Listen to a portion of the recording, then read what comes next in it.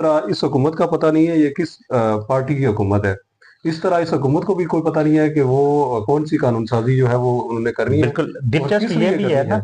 कि आप ये बात कर रहे हैं कि कोई गैर रजिस्टर्ड ऑर्गेनाइजेशन नहीं कर सकती। अब वजीर आजम किस पार्टी से ये भी किसी को नहीं पता। हाँ, वो वो भी गैर रजिस्टर्ड रजिस्टर्ड है। ऑर्गेनाइजेशन से या रजिस्टर्ड ऑर्गेनाइजेशन से, ये भी अवाम के लिए सवाल छोड़ते हैं कि अवाम उनको क्या समझती है, किसी रजिस्टर्ड पार्टी से हैं या नॉन रजिस्टर्ड। हाँ, इसका मतलब है कि वजीर आजम जो आज़ाद कश्मीर के हैं वो सबसे पहले ये बताएं कि वो किस पार्टी से हैं। कम्प्लेक्स सिचुएशन अगर गवर्नमेंट फॉर्मेशन में है तो फिर गवर्नमेंट की डिलीवरी में भी उसी तरह की कॉम्प्लिकेशंस हम देख रहे हैं।